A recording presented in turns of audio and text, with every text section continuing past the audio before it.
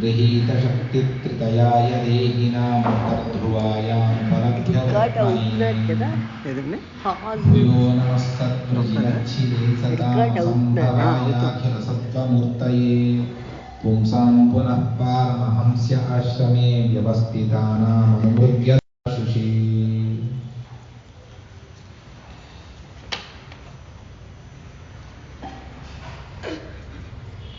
बुद्धिर्बलं यशोधैर्यं निर्भयत्वं अरोगता अजाड्यं वाक्पटुत्वं च हनूमत् स्मरणात् भवेत्।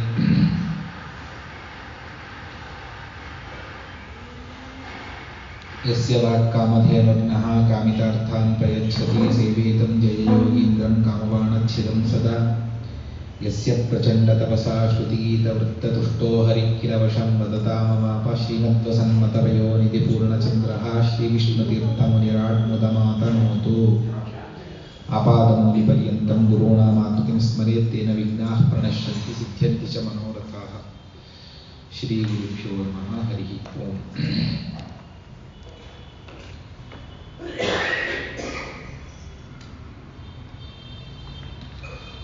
నిన్న మంగళాచరణ విషయంలో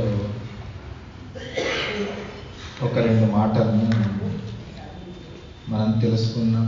సాక్షాత్తు శుకాచార్యుల వారు చేసినటువంటి వ్యాస భగవానుడి యొక్క మంగళాచరణాన్ని ఇక్కడ తాము గ్రంథారంభంలో మంగళాన్ని ఆచరించి ప్రారంభం చేస్తూ ఉన్నారు. అందులో మొట్టమొదటిది భాగవత ఆగతి ప్రకరణం అన్నటువంటి దాన్ని మనం తెలుసుకుంటూ భాగవతంలో ఉన్నటువంటి సారాన్ని ఉద్ధరించి మనకి ఇచ్చారు, అందువల్ల ఇది భాగవత సారోద్ధారము అని, దాన్ని భాగవత హృదయము అని కూడా మనం చెప్పవచ్చు. ఎందువల్ల అంటే సారమంతా కూడా హృదయంలోనే ఉంటుంది కాబట్టి భాగవత హృదయము అన్నటువంటి నామం కూడా సార్థకమే. సకల శృతి స్మృతి పురాణములయందు ఉన్నటువంటి సారాన్ని భాగవతంలో వ్యాస భగవానుల వారు నిక్షిప్తం చేశారు. అటువంటి సారంతోనే మానవులకు ఉద్ధారము అన్నటువంటి అర్థంలో కూడాను దీన్ని భాగవత సారోద్ధారము అని పిలిచారు.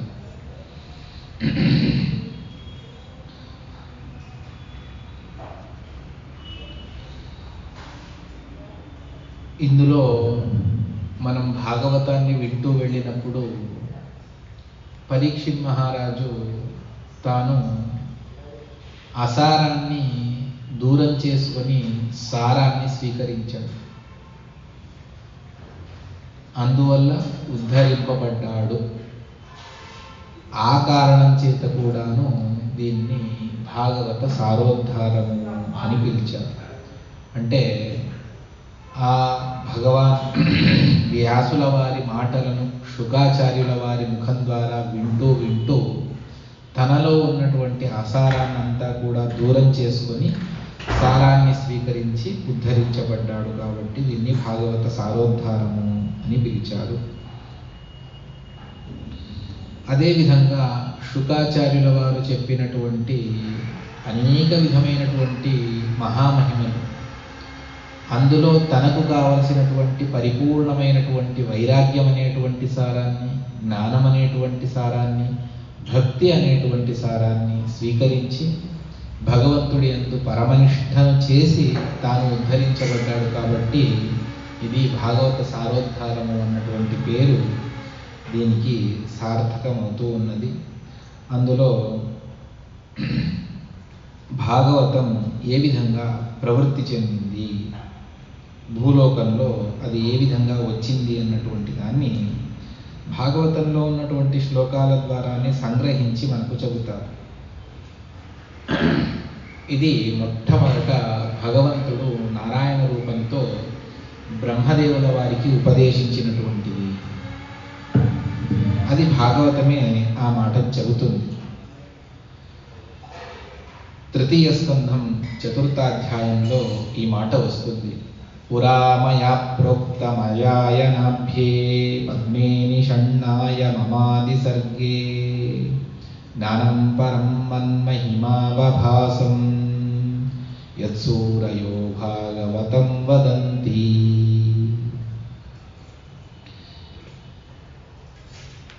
పురా ప్రారంభంలో అంటే ఎప్పుడైతే చతుర్ముఖ బ్రహ్మదేవుల వారు భగవంతుడి నాభికమలం ద్వారా తాము అవతరించారో అప్పుడు అది పాద్మకల్పము అని చెబుతుంది భాగవతం. అటువంటి ఆ పాద్మకల్పంలో ఆదిసర్గే ప్రప్రథమ సృష్టి బ్రహ్మదేవుల వారి చతుర్ముఖ బ్రహ్మ సృష్టి. పద్మే నిషణ్ణాయ, అప్పుడు నేను భగవంతుడి నాభికమలం నుండి ఉద్భవించినటువంటి పద్మంలోనే ఇంకా కూర్చున్నాను. నా జన్మ ఎలా అయింది అని తెలుసుకోవడమే చాలా రోజులు పట్టింది. అప్పుడు ఒక శబ్దం వినిపిస్తుంది. తృతీయ వర్గంలో మొదటిది, తరువాత పంచమ వర్గంలో మొదటిది, రెండింటిని నీవు చెప్పమని చతుర్థ వర్గం పంచమ వర్గంలో మొదటిది అని చెబుతారు. అదేమిటి? అక్షరాల్లో చతుర్థ వర్గము అంటే వ్యంజనముల్లో త త త ద ధ న. పంచమ వర్గము అంటే ప ప ప భ మ. అందులో మొదటి అక్షరాలు అంటే తప అంటే తపస్సు, ఆలోచన.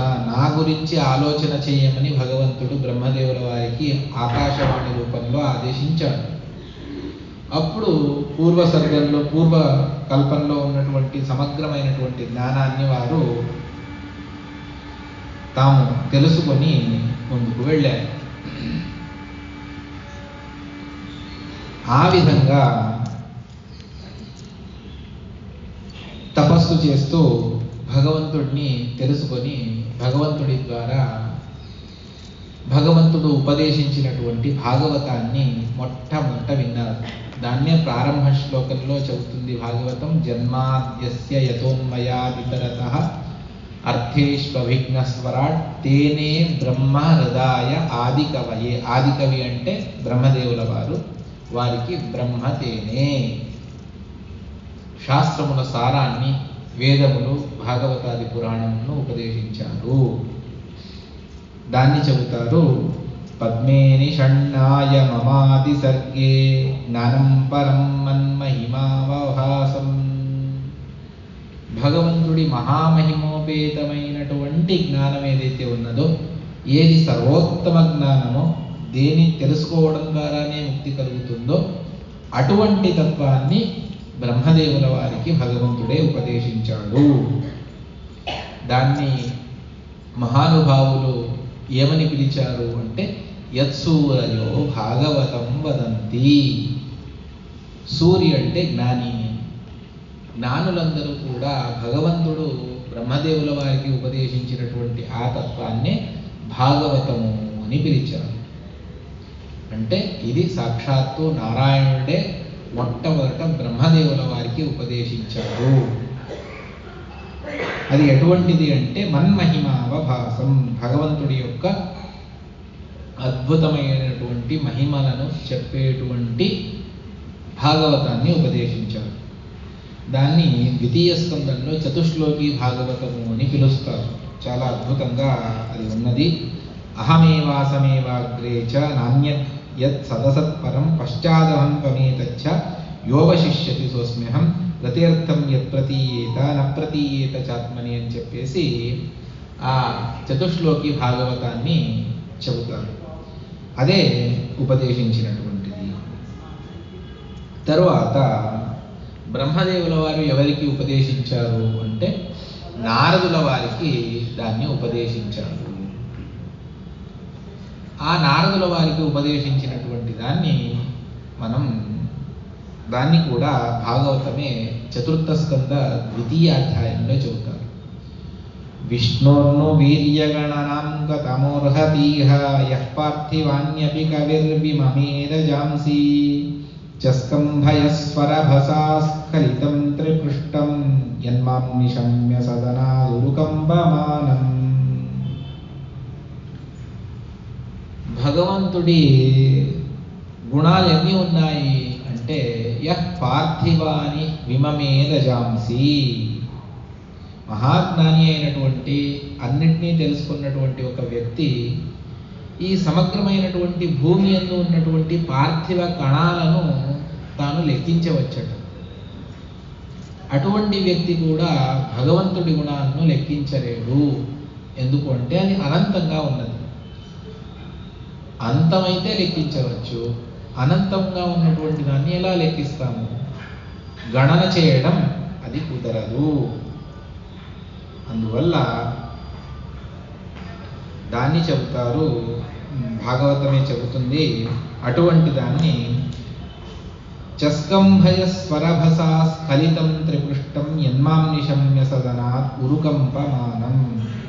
భగవంతుడు తాను తన త్రివిక్రమ రూపంలో ఆ పాదం సత్యలోకం పైన వెళ్ళి బ్రహ్మాండ స్ఫోటాన్ని చేస్తుంది.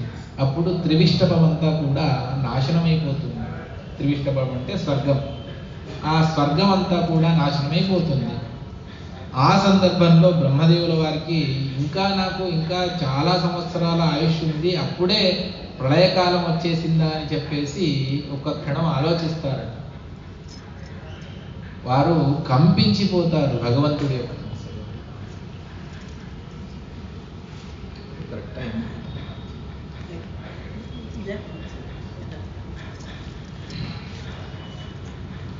చస్కంభయ స్వరభసా స్ఖలితం త్రిపృష్టం. వారు బ్రహ్మదేవుల వారు కంపించిపోతారట ఆ భగవంతుడి యొక్క అద్భుతమైనటువంటి శక్తికి. అటువంటి ఆ భగవంతుడు ఇక నేను కింద పడబోతూ ఉన్నాను, అప్పుడు నన్ను ఆపుతారు వారే. లేదు, నీకేం కాదు అని చెప్పేసి స్వరభసా స్ఖలితం త్రిపృష్టం యన్మాం నిశమ్య సదనాత్ ఉరుకంపమానం. విపరీతంగా కంపిస్తూ ఉన్నటువంటి నన్ను చస్కంభ వారు ఆపేశారు.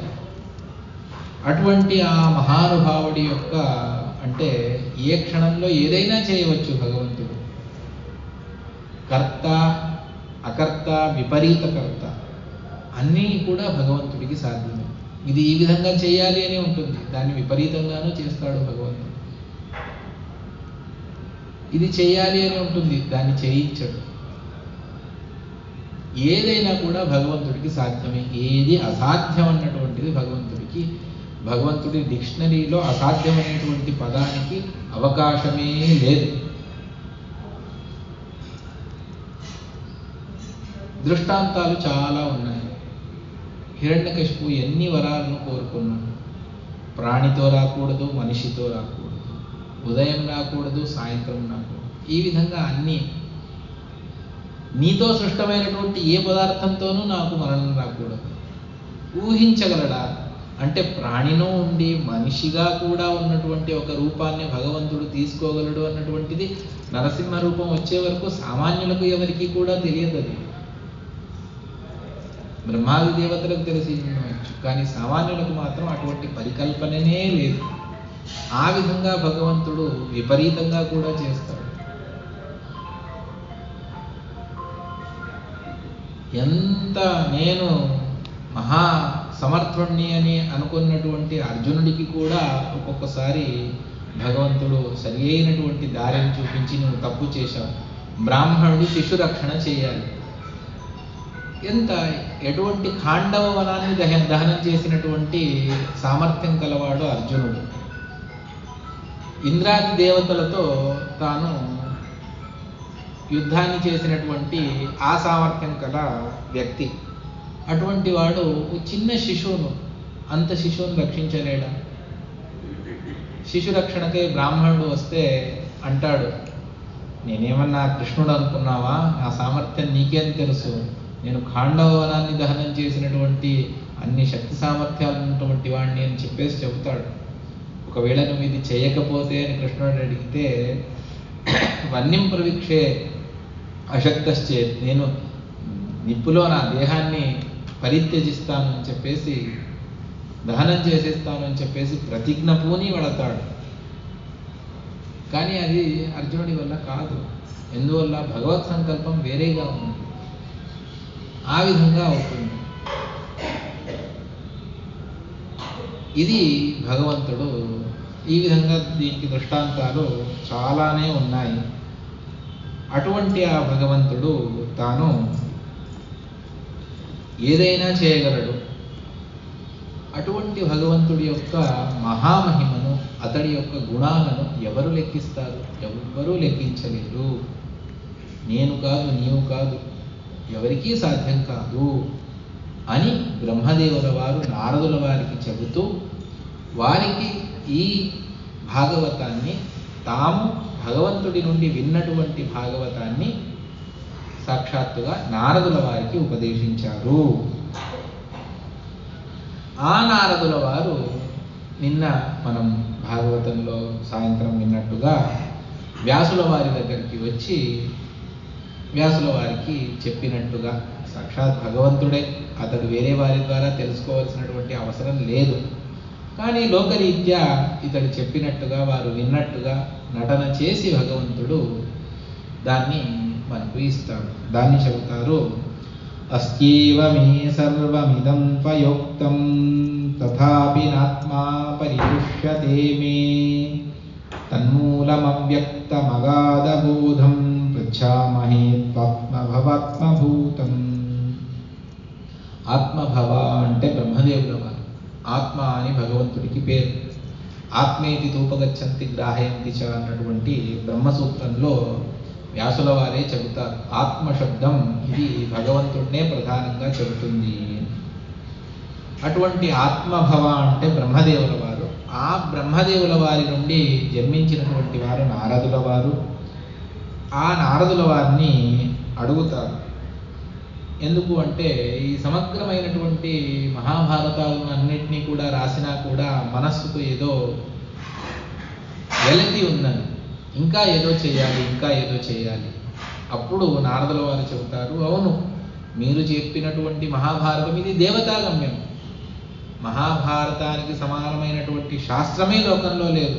అంత అద్భుతమైనటువంటిది మహాభారతం.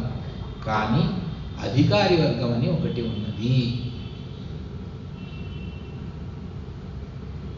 తారతమ్యం ప్రతి క్షేత్రంలో కూడా ఉన్నది. ఈ క్షేత్రంలో తారతమ్యం లేదు అనడానికి లేనే లేదు. మహామేధా సంపన్నుడైతే వాడు ఐఐటికి వెళతాడు. ఐఐటిలో సీట్ రాలేదు అంటే బిట్స్లో వెళతాడు. లేదు అంటే జేఎన్టీయూలో వెళతాడు. అది లేదు, ఏది లేదు అంటే ఏదో మామూలు కాలేజీలో ఇంజనీరింగ్ పూర్తవుతుంది. తారతమ్యం ఉన్నది కదా. ఆ విధంగానే దేవతలు మహానుభావులు, వారి తపస్సు, యోగ్యత అన్నీ అత్యధికం. కాబట్టి భగవంతుడు వారికి మహాభారతాన్ని ఇచ్చాడు. 1,00,000 శ్లోకాత్మకమైనటువంటి మహాభారతాన్ని దేవతలకు భగవంతుడు ఇచ్చాడు. అక్కడ ఉన్నటువంటి అతి సూక్ష్మమైనటువంటి అంశాలను మానవ మాత్రలు గ్రహించలేరు. అది సాధ్యపడదు.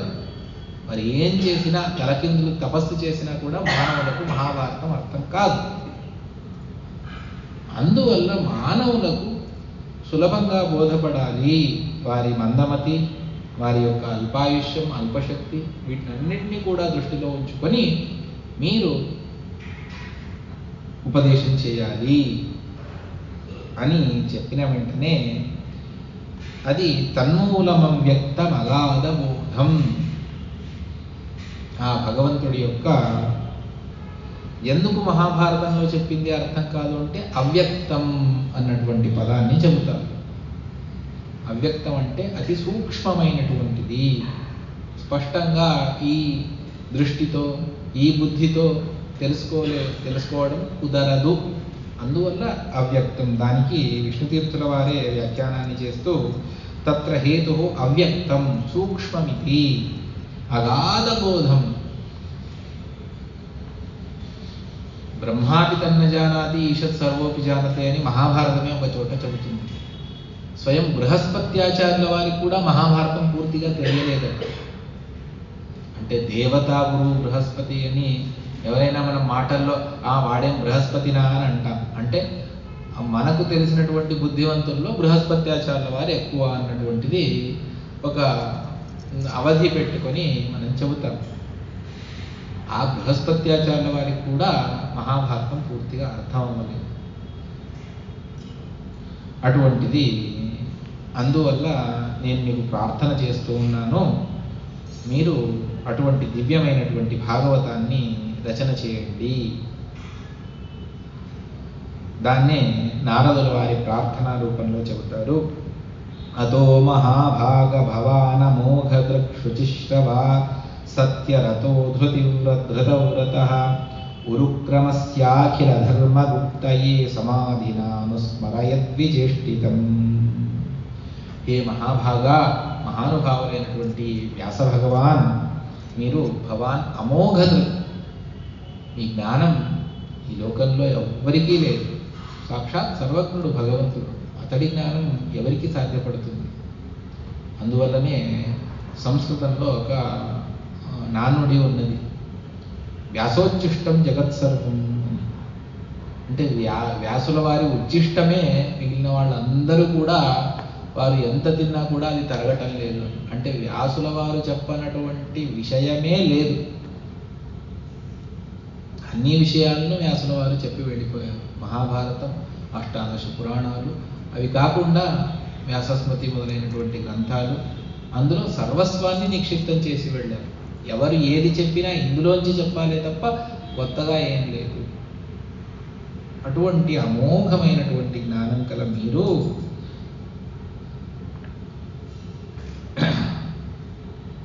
ధృతవ్రత, ఒక తత్వజ్ఞానాన్ని లోకానికి ప్రసాదించాలి అన్నటువంటి ఒక నిబద్ధతతో మీరున్నారు. అటువంటి మీరు ఉరుక్రమస్య అఖిల ధర్మగుప్తయే, సమగ్రమైనటువంటి భాగవతం యొక్క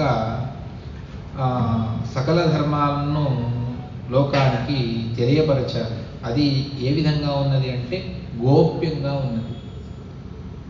భాగవత ధర్మాలు అంత సులభంగా లోకానికి తెలియదు. అందువల్ల అటువంటి దివ్యమైనటువంటి భాగవత ధర్మ రక్షణ కొరకై మీరు సమాధిన అనుస్మర, సమాధి భాషలో, నిన్న చెప్పాను కదా, అందరికీ తెలిసేటువంటి భాషలో మీరు చెప్పాలి. అది కూడా శుచిశ్రవాహ, నారాయణావతారంలో మీరు సత్యరత, స్వస్వరూపమైనటువంటి ఆనందాన్ని అనుభవిస్తూ, భగవంతుడు చిత్తాక్రాంతుడయ్యాడు అంటే పాపం ఏదో కష్టం వచ్చింది అని మనం అనుకుంటాం.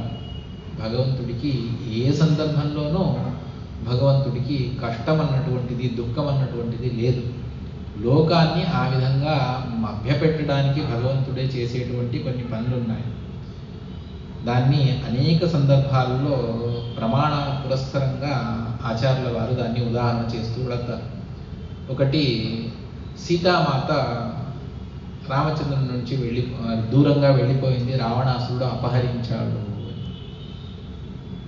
రామాయణాన్ని అధ్యయనం చేస్తే మనకి ఇదే విధంగా అనిపిస్తుంది. కానీ మిగిలిన స్కంద పురాణంలో, ఉత్తరఖండంలో కొన్ని భాగాలు రామాయణ విషయంలో వస్తాయి. అక్కడ చెబుతారు, సీతామాత ఎక్కడికి వెళ్ళలేదు. సూర్యుడిని వదిలిపెట్టి, సూర్యుడి ప్రభ ఎప్పుడైనా ఉంటుందా? సూర్యుడి కాంతి సూర్యుడిని వదిలిపెట్టి ఉంటుందా? ఉండదు కదా.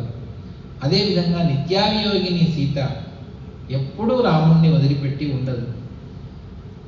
మరి రావణాసురుడు ఏం పట్టుకు వెళ్ళాడు? సీతలాగా ఉన్నటువంటి ఒక ఆకృతిని మాత్రమే పట్టుకొని వెళ్ళాడు తప్ప సీతామాతను పట్టుకొని వెళ్ళలేదు. ఎందువల్ల అంటే అటువంటి దుష్టుడికి సీతామాత దర్శనమే కలగడం కష్టం. అటువంటిది స్పర్శన, ఆమెను ముట్టుకొని విమానంలో ఎక్కించుకొని ఇదంతా సాధ్యమయ్యేటువంటిదా? అదంతా సాధ్యం కాదు. సీత ఆకృతి, ఒక ఆకృతిని, జడమైనటువంటి ఒక శరీరాన్ని నిర్మించి అందులో దేవత, ఇంద్రుడి యొక్క అంశము అందులో ఉన్నది. అవన్నీ కూడా పెట్టేసి సీతామాత అంతర్ధానమైపోతుంది. అవ్యక్తంగా రాముడి పక్కనే ఉన్నది. అందువల్ల రాముడికి సీతావియోగం అన్నటువంటి దాన్ని మనం ఊహ కూడా చేయకూడదు. ఏ ప్రసంగంలో అయినా భగవంతుడికి విచారమయ్యాడు, ఇంకేదో సమస్య వచ్చింది, అందువల్ల బాధపడుతూ ఉన్నాడు, దుఃఖపడుతూ ఉన్నాడు అంటే మనం దుఃఖ సముద్రంలో మునిగిపోతాము. భగవంతుడికి అన్యథా తెలుసుకుంటే అది మన తప్పు. అందువల్ల భగవంతుడిని అన్యథా చింతించవద్దు. అటువంటి మీరు అతో మహాభాగ భవాన మోఘద శుచిశ్రవస్పత్య రతో ధృతవ్రత. ఉరుక్రమస్య, ఆ భగవంతుడి మహాపరాక్రమాన్ని వర్ణించేటువంటి భాగవతాన్ని చెప్పమని చెబితే సరే అని చెబుతారు. ఆ వ్యాస భగవానుల వారు తాము శుకాచార్యుల వారికి దీన్ని చెబుతారు. ఇది అంటే భాగవతంలో వేరే వేరే ప్రసంగాల్లో వచ్చినటువంటి దాన్ని సంగ్రహం చేస్తూ వచ్చారు.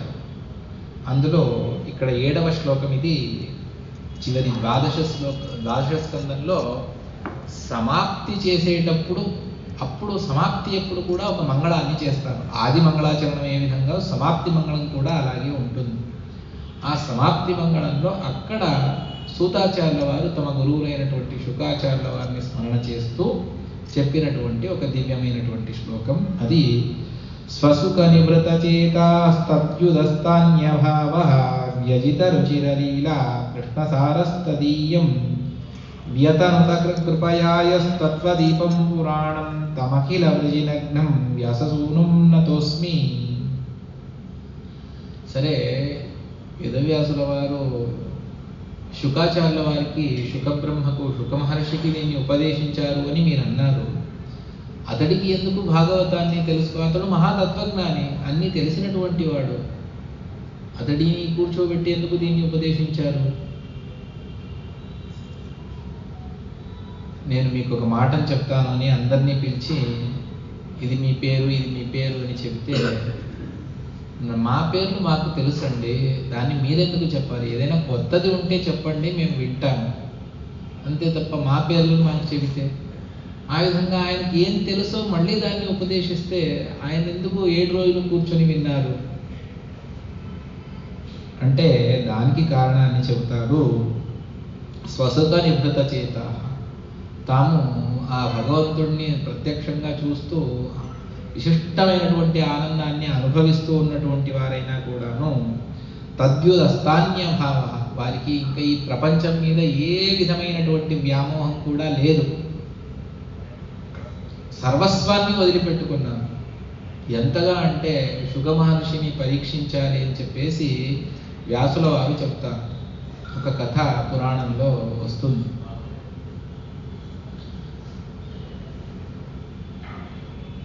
వైరాగ్యం ఉన్నది మీకు, కానీ ఆ వైరాగ్యాన్ని పరీక్షించాలి కదా. ఎక్కడ పరీక్షిద్దాం? జనక మహారాజు ఉన్నాడు. ఆ జనక మహారాజు, జనక అంటే సీతా తండ్రి మాత్రమే జనకుడు కాదు, వారి వంశమే జనక వంశం. అందులో వచ్చిన వారందరికీ కూడా జనక జనక అనే పిలుస్తూ వెళతారు. ఆ విధంగా జనక మహారాజు ఉన్నాడు. ఆయన దగ్గరికి వెళ్ళి ఒకసారి పరీక్ష చేద్దాం. సరే, జనక మహారాజు దగ్గరికి వెళ్ళి శుకాచార్యుల వారు ఈ విధంగా మా తండ్రి గారు నీ దగ్గర నా వైరాగ్య పరీక్షను చేయమని పంపించారు, మీరేమి ఆదేశిస్తే నేను దాన్ని చేయడానికి సిద్ధంగా ఉన్నాను అని అంటారు. అప్పుడు ఒక గిన్నె నిండా నూనె వేసి దాన్ని తల మీద పెట్టుకొని ఈ మిథిలా నగరాన్నంతా కూడా మీరు సంచరించండి అని చెప్తారు.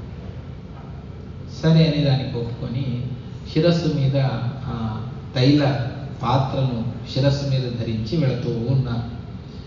ఇక్కడ ఎవరో అరుస్తారు, ఇంకేదో చేస్తారు, ఎవరో వస్తారు. చాలా సుందరమైనటువంటి భవనాలు అన్నీ కూడా ఉన్నాయి.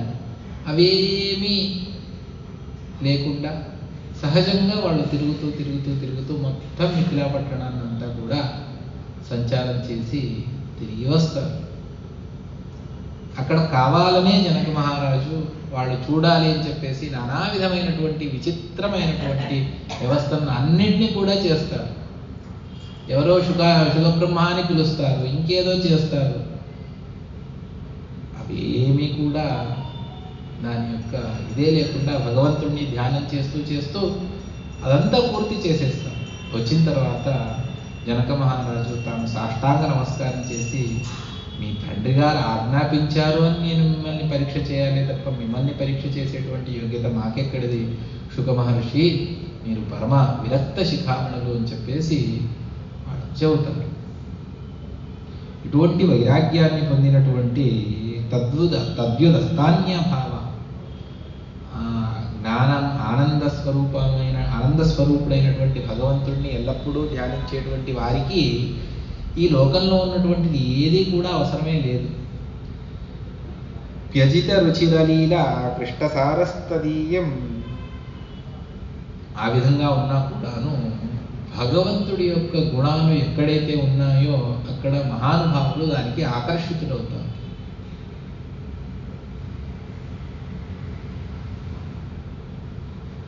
ఆకర్షితులై అక్కడే ఉండిపోతారు. అక్కడి నుండి వెళ్ళాలి అని చెప్పేసి వాళ్ళకు మనసు కలగదు. ఆ విధంగా ఇక్కడ కూడాను ఆ భగవంతుడి యొక్క మనోహరమైనటువంటి లీలలను భాగవతంలో చెప్తూ వెళితే వేదవ్యాసుల వారు పూర్తి మనస్సు అక్కడే పెట్టి దాన్ని శ్రద్ధగా విన్నారు. కృష్ణ లీలలన్నింటినీ కూడా విన్నారు. దాన్ని ఆ విధంగా శ్రద్ధగా వినడానికి కారణీభూతమైనటువంటిది భగవంతుడి యొక్క అద్భుతమైనటువంటి మహిమలు. దాన్ని శ్రద్ధగా విని వ్యతనుత కృపయాయస్తత్వదీపం పురాణం, తత్వాన్ని, ప్రకృతి తత్వాలను, జీవుడి యొక్క విశేషాలను స్పష్టంగా తెలియపరిచేటువంటి ఈ పురాణాన్ని కరుణతో తమకిల వృజినగ్నం వ్యాససూనున్నతోస్మి ఉపదేశించినటువంటి, సకల పాపాలను దూరం చేసుకున్నటువంటి ఆ శుక మహర్షికి నేను నమస్కారం చేస్తాను. అంటే వారు తాము తెలుసుకోవడానికి కారణీభూతమైనటువంటిది భగవంతుడి యొక్క మహామహిమ. దానివల్ల వాళ్ళ మనస్సు ఆకర్షితమైంది. వారు మరొకరికి ఉపదేశం చేసేటప్పుడు రెండు కారణాలను చెబుతారు. ఒకటి ఆ భగవంతుడి మహామహిమలో అదంతా కూడా ఉన్నది. రెండవది కరుణ. కారుణ్యం లేకపోతే ఎవరు ఎవరికి ఉపదేశించారు. ఎవరినో రోడ్లో వెళ్ళే వాళ్ళకు మనం ఏమైనా పిలిచి ఏమైనా చెబుతామా? లేదు. ఎవరి మీద గురువులకు దయ కలిగిందో వాళ్ళని పిలిచి నువ్వు ఇలా చెయ్యి అని చెబుతారు. అది కూడా చాలా సూక్ష్మంగా చెబుతారు.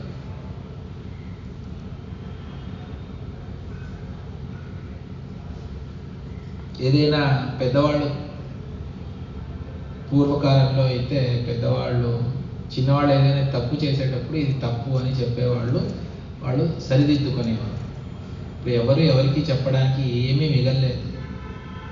ఏదైనా మనం ఇది తప్పు అని ఎవరికైనా చెప్పడానికి వెళితే మీరు చూసుకోండి చాలు అని వాళ్ళే మాకు ఉపదేశం చేసేస్తారు. పరిస్థితి అలా మారిపోయింది. కానీ మహానుభావులు దయతో ఉపదేశం చేస్తారు. అందువల్ల ఆ కృపావిష్ఠులైనటువంటి శుక మహర్షి దాన్ని పరీక్షిత్ మహారాజుకు ఉపదేశించాడు.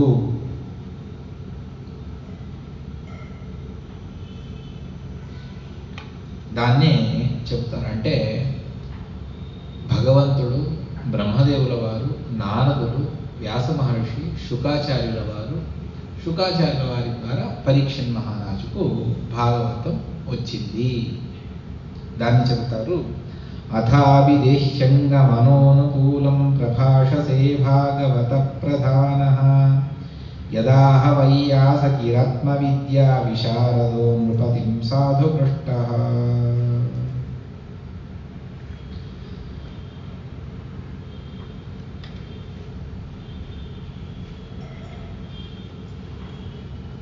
శుకాచార్యుల వారు శౌనకాది మహర్షులు సూతాచార్యుల వారిని ప్రశ్నించారు. అటువంటి ఆ భాగవతాన్ని శుకాచార్యుల వారు పరీక్షిత్ మహారాజుకు చెప్పారు కదా, దాన్ని మాకు కూడా ఉపదేశం చేయమని ప్రార్థన చేశారు. ఆ విధంగా పరీక్షిత్ మహారాజుకు చెప్పేటువంటి నిమిత్తంగా సకల లోకాలకు కూడా శుకాచార్యుల వారు ఉపదేశించారు. అది సూతాచార్యుల వారి ద్వారా మనకందరికీ కూడా భాగవతం లభ్యమైంది. ఇది ఒక క్రమాన్ని భాగవతం మనకు చెబుతుంది. ఈ క్రమంలో భాగవతం మనందరికీ కూడా లభ్యమైంది.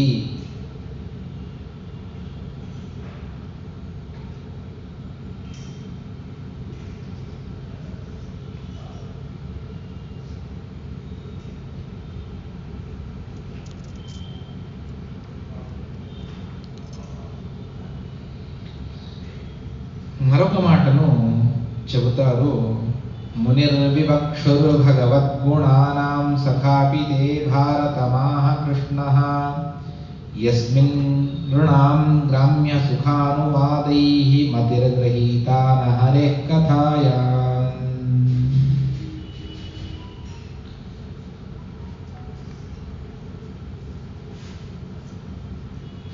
ఇది విదురుడు మైత్రేయుల వారికి ప్రశ్నించినటువంటి మరొక మార్గాన్ని చెబుతారు. ఒక క్రమాన్ని భాగవతం ఏ విధంగా ప్రాప్తమైంది అన్నటువంటి దాన్ని చెప్పి మరొక క్రమాన్ని చెబుతారు. అది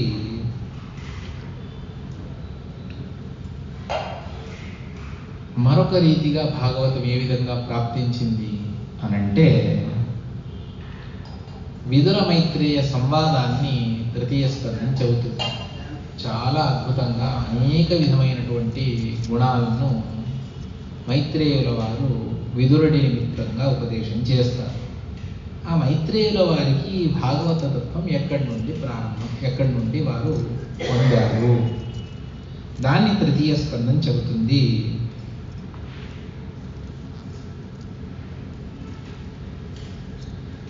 మునిర్వివక్షురు భగవద్గుణానాం సఖాపి తే భారతమాహ కృష్ణః యస్మిన్ నృణాం గ్రామ్య సుఖానువాదైః మతిర్గృహీతా న హరేః కథాయాం.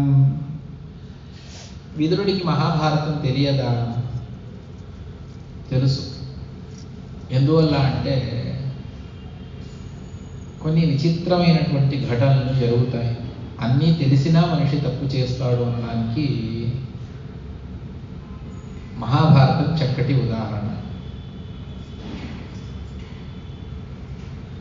వ్యాసుల వారు చాలా ముందే మహాభారతాన్ని రచన చేసి పెట్టారు. అది పాండవులకు తెలుసు, కౌరవులకు తెలుసు, ఈ విధంగా జరుగుతుంది అని తెలుసు. అయినా వాళ్ళు అదే చేస్తారు తప్ప వేరే చేయరు.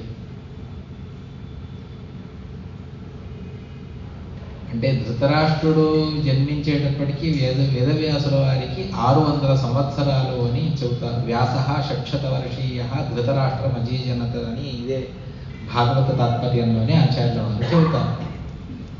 అంటే అప్పటికి 600 సంవత్సరాలు వ్యాసుల వారికి పూర్తయింది. దాని తర్వాతనే పాండవుల ఉత్పత్తి, కౌరవుల ఉత్పత్తి అంతా కూడా జరుగుతుంది. అంటే దానికంటే ముందే మహాభారతాన్ని రచన చేసి పెట్టారు. అది అందరూ కూడా చదివినటువంటిది. వారు ఏ విధంగా రచన చేసి పెట్టారో అదే క్రమంలోనే అందరూ ముందుకు వెళతారు తప్ప ఎవ్వరూ కూడా పక్కదారికి అయ్యో దీనివల్ల హాని కలుగుతుంది, అది అలాగే జరిగింది. అదే చాలా విచిత్రమని అనిపిస్తుంది. మరి ఈ భాగవతాన్ని విదురుడు కూడా అధ్యయనం చేశాడు.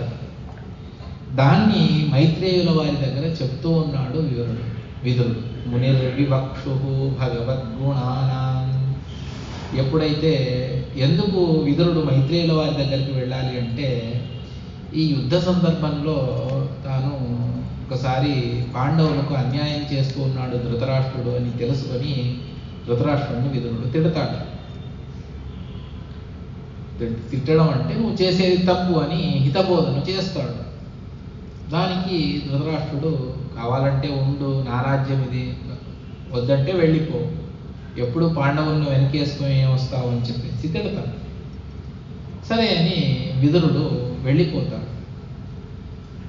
దూరంగా ఏం వెళ్ళడు, అక్కడే చుట్టూ తీర్థక్షేత్రాలను సంచరిస్తూ ఉంటాడు. అక్కడ యమునా తీరంలో ఉద్ధవుడితో విదురుడు కలుస్తాడు. చాలా సంతోషం కలుగుతుంది. ఆ సందర్భంలోనే తర్వాత 36 సంవత్సరాల తర్వాత జరిగేటువంటి భవిష్యత్తును కూడా ఉద్ధవుడు విదురుడికి చెప్పేస్తాడు. కృష్ణుడు పరంధామానికి వెళ్ళిపోతాడు, యాదవులు తమలో తాము కొట్టుకొని చనిపోతారు, అంతా కూడా చెప్పేస్తాడు. కానీ ఆ మాటను విదురుడు వచ్చి వీళ్ళ దగ్గర చెప్పడు, పాండవులకు ఆ మాటను చెప్పడు, తనలోనే ఉంచుకుంటాడు. ఆ సందర్భంలో చెప్పేటప్పుడు యాదవులు కృష్ణుడు ఇంట్లో ఉన్నా కూడా అంతటి మహానుభావుణ్ణి తెలుసుకోకుండా వారు తమ యొక్క విచిత్రమైనటువంటి పరిస్థితుల్లో ఉన్నారు అని చెప్పేసి తమకి ఎవరు ఎదురు లేరు అన్నటువంటి దాంట్లో వాళ్ళందరూ ఉన్నారు. అందువల్ల భగవంతుడు కూడా ఏం చేశాడంటే వాళ్ళకు వేరే వాళ్ళతో యుద్ధాన్ని పెట్టలేదు, తమలో తాము కొట్టుకొని చనిపోవాలి అని చెప్పేసి భగవంతుడి సంకల్పం. అదే విధంగానే చనిపోతారు. మరి నువ్వెందుకు ఇక్కడికి వచ్చావు అంటే, లేదు భగవంతుడు నాకు భాగవతాన్ని ఉపదేశించి, శ్రీకృష్ణుడే భాగవతాన్ని ఉపదేశించి నన్ను కలాప గ్రామానికి, బద్రికాశ్రమం దగ్గర కలాప గ్రామం, అక్కడ వెళ్ళి అక్కడ ఎంతోమంది ఋషులు ఉన్నారు, వారికి తత్వాన్ని ఉపదేశించమని నన్ను పంపించాడు అని చెప్తారు. ఎంతటి సౌభాగ్యం ఉద్ధవానిది, సాక్షాత్ కృష్ణుడి ముఖారవిందం నుండి విన్నావా, సరే నాకు కూడా కాస్త ఉపదేశం చెయ్యి అని అంటే లేదు అని అంటాడు ఉద్ధవుడు. అరే ఎంత తప్పు అది, మహానుభావులు మీరే ఇలా అంటే మా పరిస్థితి ఏం కాను అని విదురుడు అంటాడు. లేదు, నాకు కృష్ణుడు ఉపదేశం చేసేటప్పుడు అక్కడే మైత్రేయుల వారు కూడా ఉన్నారు నా జతగా, నాకు వారికి ఉపదేశించమని, ఋషులకు ఉపదేశించమని నాకు చెప్పి నా భక్తుడు విదురుడున్నాడు, మైత్రేయ మీరు వెళ్ళి విదురుడికి ఉపదేశం చేయండి అని చెప్పారు మైత్రేయుల వారు. ఆ మైత్రేయుల వారు నీ రాక కొరకు వేచుకొని ఉన్నారు. ఎక్కడ అంటే ద్వారిద్యునద్యాం వృషభః కురూణాం మైత్రేయమాసీన మగాధ బోధం అని తృతీయ స్కందం చెబుతుంది. గంగా నది ద్వారం, అదే హరిద్వారము అని అంటాం. అంటే పైనుండి వచ్చినటువంటి గంగ భూమి మీదికి ప్రవేశించడానికి దారి కావాలి కదా, ద్వారం కావాలి కదా. అదే హరి నది, సాక్షాత్తు భగవంతుడి పాదోదకం అటువంటి గంగ భూమి మీదికి ప్రవేశించడానికి ద్వారం ఏదైతే ఉన్నది అంటే అది హరిద్వారము అని. ఆ హరిద్వారంలో మైత్రేయుల వారు నీ కొరకు ఉన్నారు, నువ్వు అక్కడికి వెళ్ళి వారిని, అందువల్లనే నిన్నటి భాగవతంలో మనం వినేటప్పుడు పుణ్యక్షేత్రాలను సంచరించినప్పుడు మహానుభావులు తారసపడతారు, వారి ద్వారా తత్వాన్ని తెలుసుకోవాలి. అందువల్ల అటువంటి క్షేత్రానికి వెళ్ళి అక్కడ సాక్షాత్తు మైత్రేయుల వారి ద్వారా ఉపదేశాన్ని వింటూ ఉన్నాడు. ఆ వినేటువంటి సందర్భంలో చెప్పినటువంటి శ్లోకం ఇది. ఎందువల్ల ఇంత ఇంట్రడక్షన్ ఇవ్వవలసి వచ్చింది అంటే, ఒక్కొక్క అదే స్కందంలో అదే అధ్యాయంలో కంటిన్యూయేషన్ ఉంటే సంగతి చెప్పవలసినటువంటి అవసరం ఉండదు. కానీ భాగవత సారోద్ధానంలో అలా లేదు. ఒకటి ద్వితీయ స్కందంలో ఉంటే ఇంకోటి తృతీయ స్కందంలో, ఇంకోటి సప్తమ స్కందంలో, ఈ విధంగా మనకు శ్లోకాలన్నింటినీ కూడా చెప్తూ వెళతారు. దాన్ని చెప్తారు. మునిర్వివక్షుర్ భగవద్గుణానాం సఖాపితే భారతమాహ కృష్ణ. స్వామి, నీకు చాలా స్నేహితుడైనటువంటి వ్యాసుల వారు పరాశరుల దగ్గరనే మైత్రేయుల వారు వ్యాసుల వారు ఇద్దరు అధ్యయనం చేశారు. అందువల్ల వాళ్ళిద్దరూ కూడా సతీర్థులు, క్లాస్మేట్స్, వ్యాస భగవానుడు మైత్రేయుల వారు. అందువల్ల చెబుతారు, సఖాపితే భారతమాహ కృష్ణ యస్మిన్ నృణాం గ్రామ్య సుఖానువాదైః మతిరగ్రహీతాన హరేః కథాయాం. సామాన్య మానవులు వారు ఎటువంటి వారు అంటే గ్రామ్య సుఖానువాదై, కేవలం విషయాసక్తితో ఉన్నటువంటి వారు. వారు మహాభారతంలో చెప్పినటువంటి అద్భుతమైనటువంటి దాన్ని తెలుసుకోలేకపోయారు. అందువల్ల అందులో ఉన్నటువంటి భగవంతుడి మహిమను వాళ్ళు తెలుసుకోలేదు. అందువల్ల నేను మహాభారతాన్ని చదివినా కూడా ఇంకా సులలితంగా ఏదైనా భగవంతుడి మహిమ తెలిసేటుంటే దాని గురించి నాకు చెప్పండి అన్న వెంటనే అప్పుడు మైత్రేయుల వారు విదురుడికి ఉపదేశాన్ని చేస్తారు. తదస్య కౌషారవశర్మధాతు హరేః కథామేవ కథాసు సారం ఉద్ధృత్య పుష్పేభ్య ఇవార్తబంధో శివాయన తీర్థయతీర్థకీర్తే. ఇది కూడా తృతీయ స్కందంలోనే వచ్చినటువంటిది. మైత్రేయుల వారు, హే మైత్రేయ, శర్మదాతువు, సంపూర్ణమైనటువంటి సుఖాన్ని ప్రసాదించేటువంటి భగవంతుడు. హరే కథామేవ కథాసు సారం, సకల కథలలో సారభూతమైనటువంటిది. ఏ విధంగా అంటే ఉద్ధృత్య పుష్పేభ్య ఇవార్తబంధో. మనకు తేనె కావాలి, తేనె అనాయాసంగా దొరుకుతుంది, షాప్లో కాదు, పుష్పముల్లో ఉంటుంది. కానీ దాన్ని తీసేటువంటి విధానం మనకు తెలియదు. ఆ శక్తి ఇచ్చింది భగవంతుడు, తేనెటీగకు మాత్రమే ఇచ్చాడు. అది తీసి సంగ్రహం చేస్తే దాని ఇంటి నుండి దాన్ని వెళ్ళగొట్టి మనం ఆ తేనెను స్వీకరిస్తాం. ఉద్ధృత్య పుష్పేభ్య, పుష్పముల ద్వారా మకరందాన్ని ఏ విధంగా తీసి సంగ్రహం చేస్తుంది తేనెటీగ, అదేవిధంగా ఇందులో ఉన్నటువంటి భగవంతుడి యొక్క దివ్యమైనటువంటి కథామృతాన్ని తీసి దాన్ని భాగవతంలో నిక్షిప్తమైనటువంటిది. అటువంటి దాన్ని శివాయన కీర్తయ తీర్థకీర్తే, అందరికీ మంగళం కలగాలి, అందరికీ శుభం కలగాలి, దాని కొరకు దాన్ని కీర్తన చెయ్యమని విదురుల వారు ప్రార్థిస్తూ ఉన్నారు. ఎవరికి జ్ఞానం ఉపదేశించకూడదు అన్నటువంటిది శాస్త్రీయం. వాళ్ళు వచ్చి ప్రార్థన చేసుకుంటే మాత్రమే ఉపదేశాన్ని చేయాలి. ఎందుకు అంటే ఇది అమూల్యమైనటువంటి.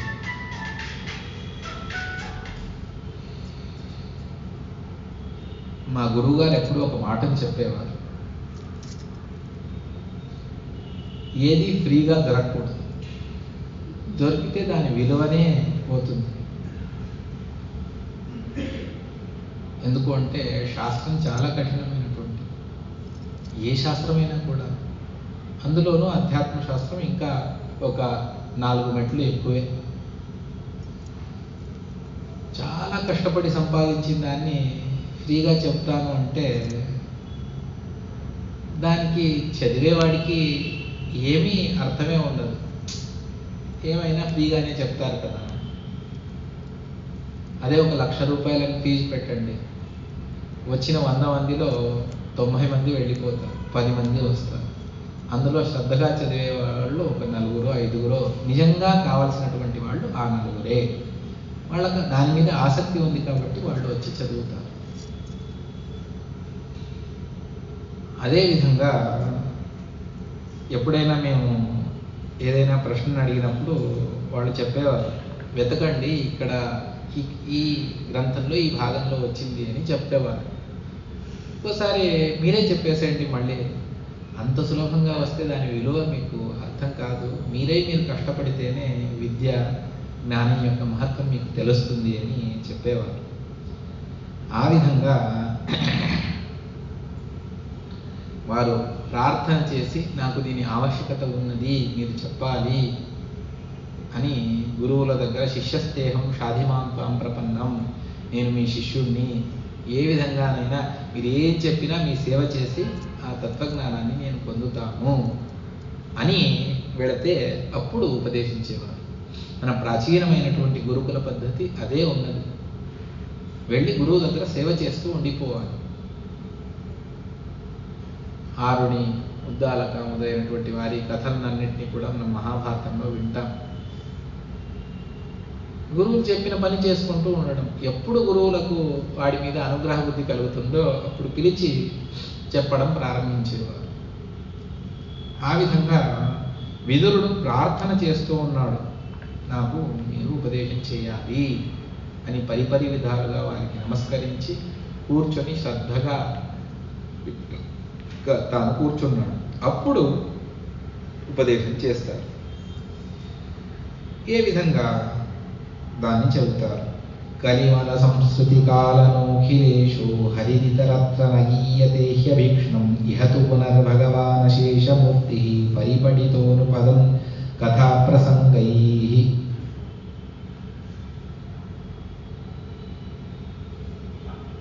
వేరే గ్రంథాల్లో ఇంత అద్భుతంగా భగవంతుడి మహిమను వర్ణన చేయలేదు.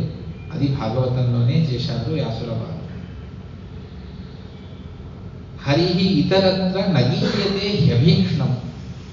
భగవంతుడు వేరే గ్రంథాలలో వర్ణించబడ్డాడు, కానీ కొన్ని కొన్ని ప్రసంగాలు విపరీతంగా కూడా ఉన్నాయి అక్కడ. అది ఎటువంటిది భగవంతుడి మహిమ అంటే కలిమలాన్ని దూరం చేసేటువంటిది. అదేవిధంగా ఈ సంసారాన్ని కూడా దూరం చేసేటువంటిది. రెండు ప్రయోజనాలు ఉన్నాయి. కానీ ఈ భాగవతంలో ఇహతు పునర్భగవాన్ అశేషమూర్తి పరిపఠిత అనుపదం కథా ప్రసంగై. ప్రతి శ్లోకంలోనూ అద్భుతంగా భగవంతుడి యొక్క విశిష్టతను చెప్తూ వెళతారు భాగవతంలో. అందువల్ల ఇది నాకు కావాలి అని విదురుడు తాను ప్రార్థన చేశాడు. సోహం నృణాం క్షుల్ల సుఖాయ దుఃఖం మహద్గతానాం విరమాయ తుభ్యం ప్రవర్తయే భాగవతం పురాణం యదా సాక్షాత్ భగవాన్ ఋషిభ్యః.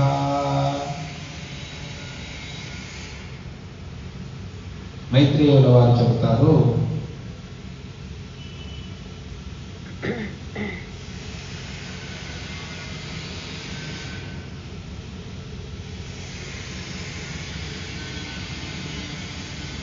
సరే నీవు ప్రార్థన చేశావు కదా, అవశ్యంగా నేను పూజ్యతమైనటువంటి ఋషులందరూ ఉపదేశించినటువంటి భాగవత పురాణాన్ని నేను నీకు చెబుతాను.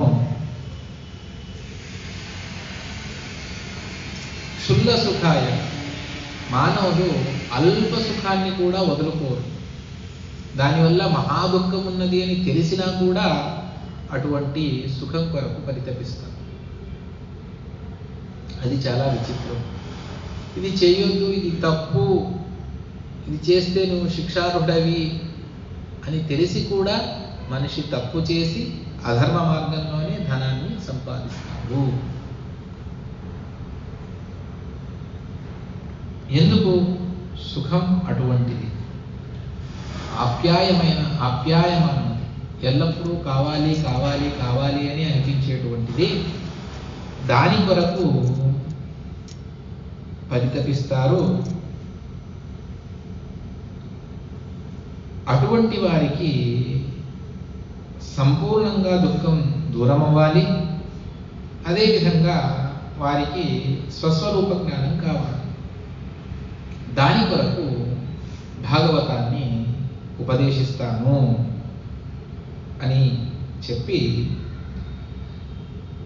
ఆసీనముర్వ్యాం భగవంతమాద్యం సంకర్షణం దేవమకుంఠ సత్వం వివిత్సవస్తత్వ మతః పరస్య కుమారముఖ్యా మునయోన్వపృచ్ఛన్.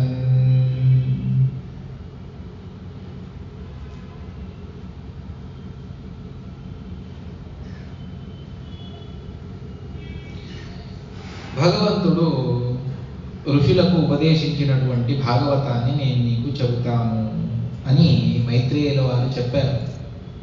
ఏ భగవంతుడు ఏ ఋషులకు ఉపదేశించాడు అన్నటువంటి దాన్ని చెప్పాలి. ఆ ఋషులు ఎవరు? వారెందుకు భాగవతాన్ని వినవలసి వచ్చింది?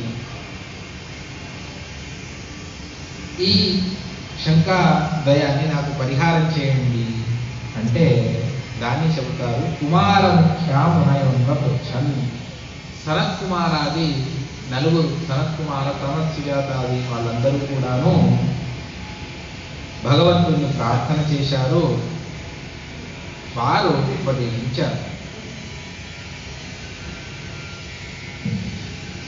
ఎవరి దగ్గరికి వెళ్ళి సనత్కుమారాదులు భాగవతాన్ని విన్నారు అనంటే పాతాళంలో ఉన్నటువంటి సంకర్షణ రూపంతో ఉన్నటువంటి శేషుడి దగ్గరికి వెళ్ళి వారు భాగవతాన్ని విన్నారు.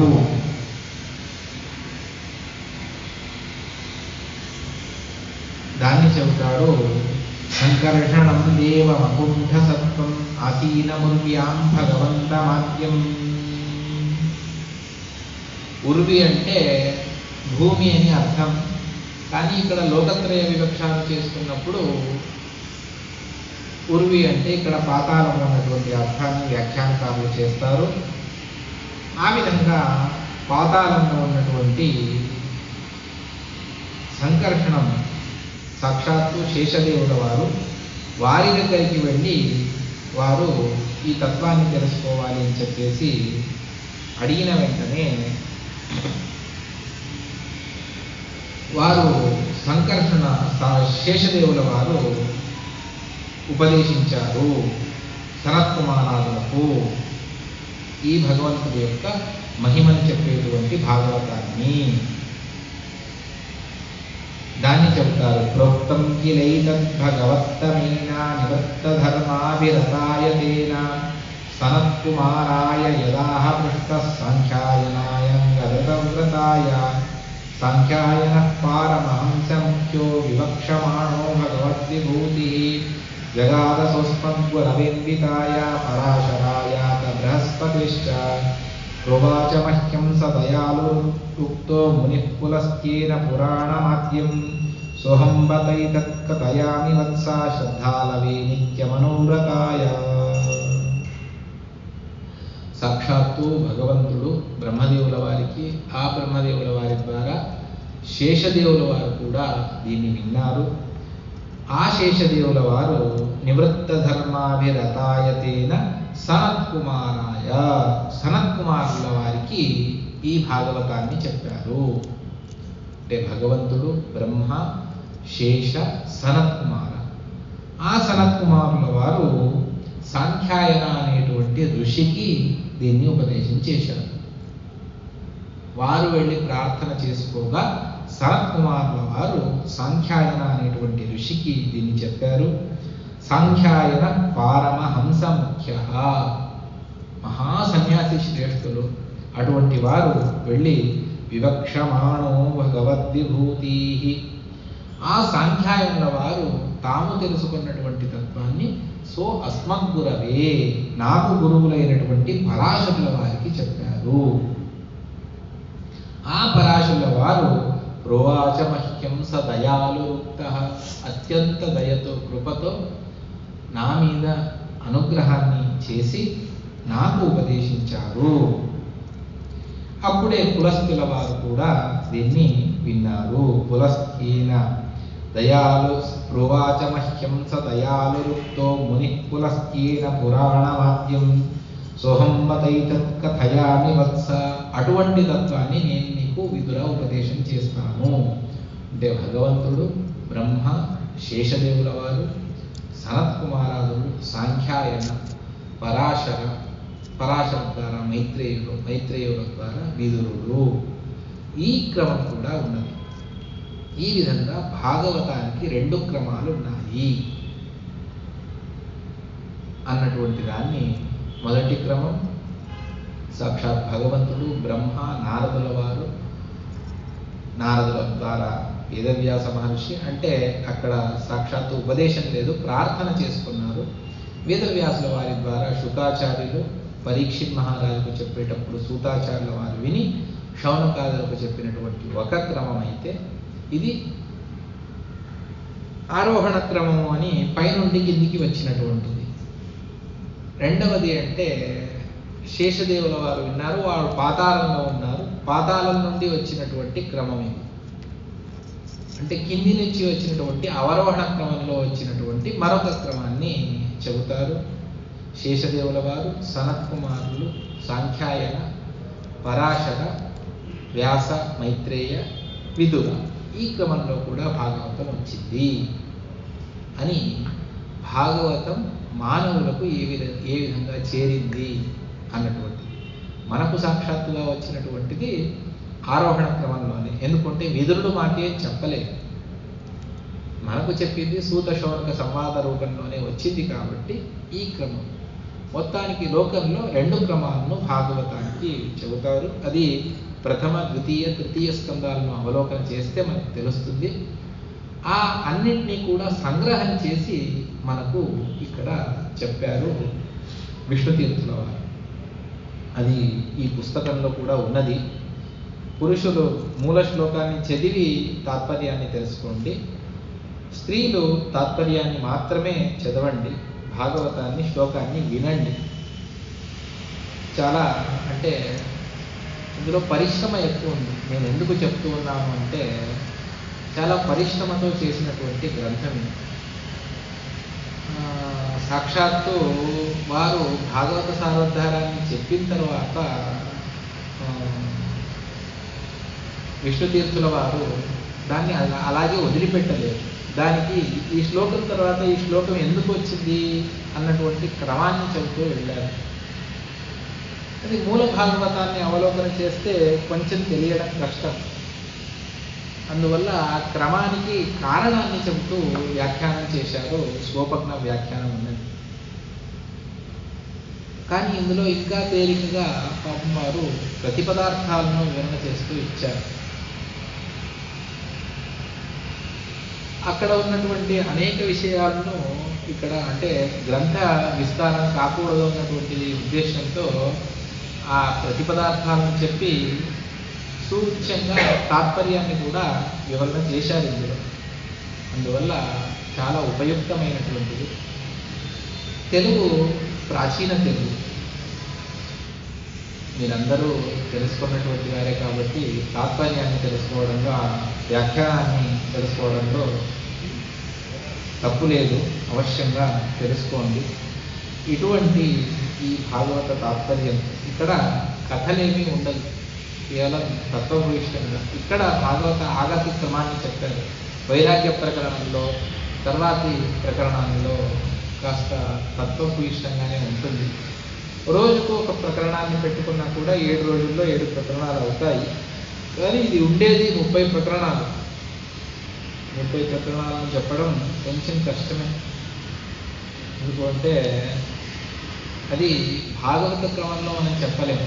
సారోద్ధార క్రమంలోనే తెలుసుకోవాలి అంటే విష్ణుతీర్థుల వారు ఏ మార్గంలో అయితే వెళ్ళారో ఆ మార్గంలోనే తెలుసుకోవాల్సి ఉంటుంది. ఎంత సాధ్యం అవుతుందో అంత చెప్పేటువంటి ప్రయత్నాన్ని చేస్తాను. ఇక్కడితో ఈ భాగవత ఆగమన ప్రకరణం సమాప్తి చేస్తూ శ్రీకృష్ణార్పణమస్తు. కాయేన వాచా మనసా ఇంద్రియైర్వా బుద్ధ్యాత్మనా సుఖ స్వభావం కరోమి యద్యత్సకలం పరస్మై నారాయణాయేతి సమర్పయామి. శ్రీకృష్ణార్పణమస్తు. హరయే నమః.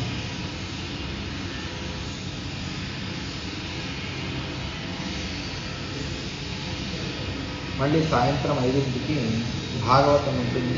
ఇవాళ ద్వితీయ స్కందం. చాలా కఠినమైనటువంటి తత్వభూయిష్టమైనటువంటి జీవుడి యొక్క ఉత్క్రమణ గురించి చెబుతుంది ద్వితీయ స్కందం. దాన్ని యథావత్తు అనువాదం చేసేటువంటి ప్రయత్నాన్ని చేస్తాం. శ్రీకృష్ణార్పణమస్తు. హరయే నమః.